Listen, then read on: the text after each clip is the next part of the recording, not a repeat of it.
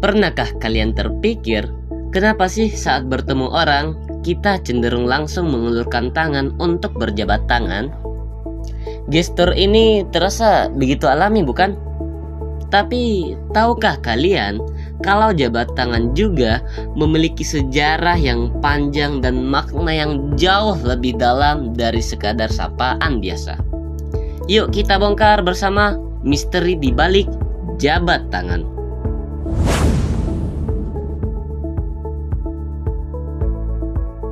Dari acara formal, perundingan bisnis, sampai bertemu teman lama, jabat tangan adalah bentuk sapaan yang hampir universal di berbagai budaya.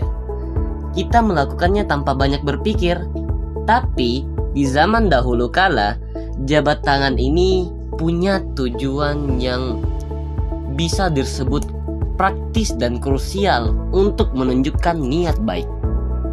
Bayangkan, ribuan tahun lalu, di masa lalu, bertemu orang asing itu bisa menjadi situasi yang sangat berbahaya. Bagaimana cara cepat kita untuk meyakinkan orang lain bahwa kita datang dengan damai, bukan datang dengan ancaman? Nah, disinilah fungsi asli jabat tangan berperan. Salah satu teori yang paling kuat mengatakan bahwa jabat tangan berasal dari praktik kuno untuk menunjukkan bahwa kita tidak sedang dalam bersenjata. Saat seseorang mengulurkan tangan kanannya, itu adalah tangan yang paling sering digunakan untuk memegang senjata, seperti pedang ataupun belati. Dengan mengulurkan tangan kosong, mereka secara efektif mengatakan, "Lihat, aku tidak sedang memegang senjata. Aku datang dengan damai." Ini adalah cara nonverbal untuk menunjukkan niat baik dan membangun kepercayaan. Seiring berjalannya waktu, makna jabat tangan juga ikut berkembang. Dari sekadar menunjukkan tidak ada senjata, jabat tangan kemudian juga digunakan sebagai simbol sumpah, janji, ataupun perjanjian. Di Roma kuno misalnya, jabat tangan adalah simbol umum untuk menunjukkan kesetiaan, persahabatan, atau bahkan perjanjian pernikahan. Itu adalah cara untuk mengikat janji secara fisik, menunjukkan bahwa tangan kita telah bersatu dalam kesepakatan ini.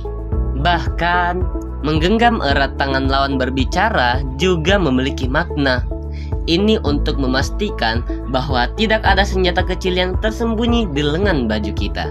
Semakin erat dan lama genggamannya, semakin besar kemungkinan bahwa kedua belah pihak merasa aman dan tidak mengancam satu sama lain. Masuk ke abad pertengahan, jabat tangan terus menjadi cara penting untuk menunjukkan kepercayaan, terutama di antara para ksatria dan bangsawan. Goyangan tangan ke atas dan ke bawah juga diyakini untuk memastikan tidak ada belati tersembunyi di lengan baju. Lalu, bagaimana dengan era modern seperti kita? Jabat tangan tetaplah relevan. Di era Victoria misalnya, jabat tangan menjadi simbol etiket dan formalitas. Penting untuk berjabat tangan dengan cara yang benar, tidak terlalu lemah yang berarti menunjukkan ketidakpedulian, ataupun tidak terlalu kuat yang menunjukkan sikap agresif.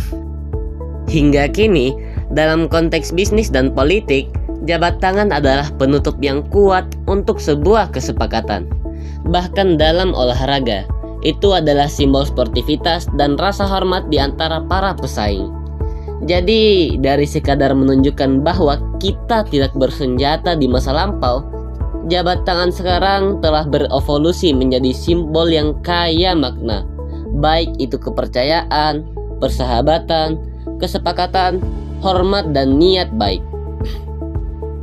Ini adalah sebuah contoh yang luar biasa bagaimana sebuah gestur sederhana bisa membawa begitu banyak sejarah dan budaya di dalamnya. Apakah kalian punya kebiasaan atau gestur lain yang menarik perhatian kalian?